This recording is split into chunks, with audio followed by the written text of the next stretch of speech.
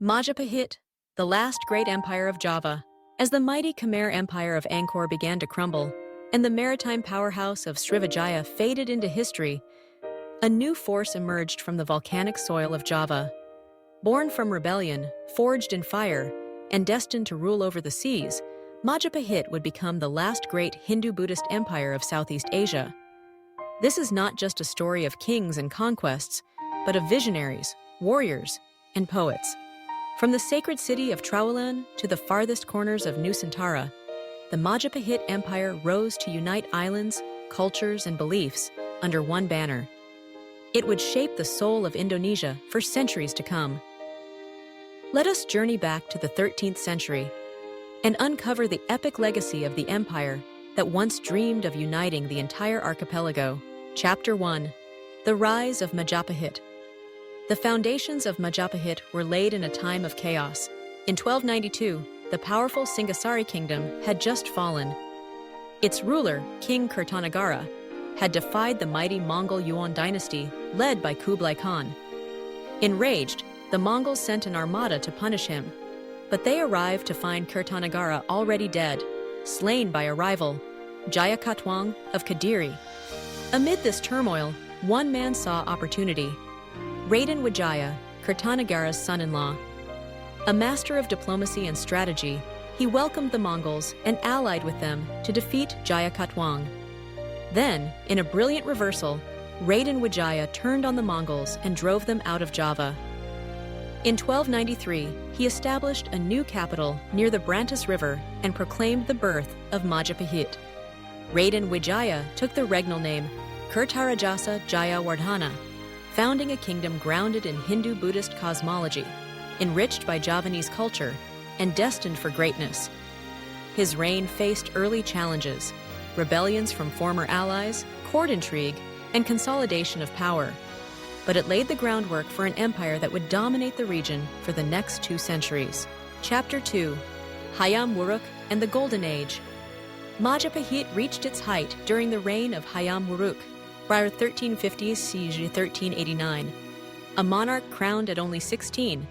Beside him stood the empire's greatest statesman, Gajah Mada, a man of unparalleled vision and will. Under their leadership, Majapahit became the most powerful empire in Southeast Asia. Territories under its influence included present-day Indonesia, Singapore, Malaysia, Brunei, southern Thailand, parts of the Philippines, and even the coasts of Papua. The royal court at Trowulan became a center of culture and administration. Scholars, artists, and diplomats gathered there. Temples rose, inscribed with sacred mandalas and reliefs. Trade routes flowed with spices, silk, and gold. Majapahit was both a spiritual and economic titan. The famed Javanese poem Negara Kertagama, written by court poet Impu Prapanka, recorded the empire's territories, religious rites, and royal rituals. It remains one of the most important historical sources for Southeast Asian history. Hayam Wuruk ruled with both divine authority and pragmatic governance, balancing Javanese traditions, Indianized statecraft, and the realities of archipelagic rule. Chapter 3: Gajah Mada's Palapa Oath. The empire's most legendary figure was Gajah Mada, the Mahapati Amangkubumi, the prime minister and architect of imperial unity. At his appointment, he made a solemn declaration: the Sumpah Palapa, I shall not taste palapa, o spice, until I have united all of Nusantara under Majapahit. This oath was not mere rhetoric.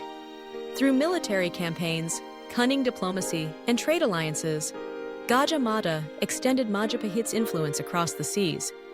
He subdued Bali, Kalimantan, Sulawesi, the Maluku Islands, and claimed influence over foreign kingdoms. Yet his ambition was not without cost. The Bubut incident in 1357, a tragic confrontation between Majapahit and the Sunda kingdom during a proposed royal marriage, resulted in bloodshed and stained his reputation. Still, his legacy endures as the one who dreamed of a united archipelago. Gajah Mada became an immortal symbol of Indonesian unity, his vow echoing into the nation's founding centuries later. Chapter 4: Majapahit as a maritime power. Majapahit's strength was not just on land, but across the seas. It controlled critical trade routes through the Java Sea, the Strait of Malacca, and beyond. Its ports buzzed with merchants from China, India, Arabia, and Champa. The empire exported rice, timber, aromatic woods, and ceramics, and imported luxury goods like silk, horses, iron, and perfumes. Chinese accounts, such as those of Ma Huan, describe Majapahit as a land of rich courts, golden thrones, and grand rituals. Culturally, Majapahit was a melting pot. Hindu and Buddhist temples stood side by side, often incorporating animist elements unique to Javanese belief systems. Temples like Candi Tikus, Candi Bajang Ratu, and Candi Suku remain testaments to this fusion. Its capital, Trowulan, was a marvel of urban planning, with canals, ceremonial halls, brick roads, and vibrant marketplaces. Chapter 5: Decline and Fragmentation. After the deaths of Hayam Wuruk and Gajah Mada, Majapahit was racked by succession crises. Rival princes clashed, and vassal states began to assert independence. The rise of Islamic sultanates in coastal Java and Sumatra, such as Demak and Malacca, shifted religious and trade dynamics. These new powers appealed to merchants and coastal elites, eroding Majapahit's influence. By the late 15th century, Majapahit had shrunk into a shadow of its former self. Its last ruler, Girindrawardhana, struggled to maintain control. The final blow came with the rise of Demak, which overran Majapahit in the early 16th century. The empire was no more, but its legacy had just begun. Chapter 6: Legacy and National Memory. Though its temples crumbled and its cities were swallowed by time, Majapahit's memory endured in chronicles, legends, and identity. The idea of Nusantara, the United Archipelago, inspired 20th century Indonesian nationalists. The motto, Bhinneka Tunggal Ika, unity in diversity, is a direct quote from a Majapahit-era poem.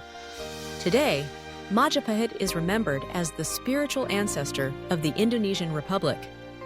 Its ruins at Trowulan are national monuments. Its ideals of unity, tolerance, and cultural richness remain core to Southeast Asia's identity. Majapahit was not just a kingdom, it was a vision of harmony between land and sea, between people and gods, between power and wisdom. Its echoes can still be heard in temples, poems, and the proud hearts of a nation that once ruled the seas. Join us next as we cross the straits to the rising Islamic port of Malacca, where a new power would control trade and change Southeast Asia forever. Subscribe to Ancient Sea for more grand stories of empires time forgot.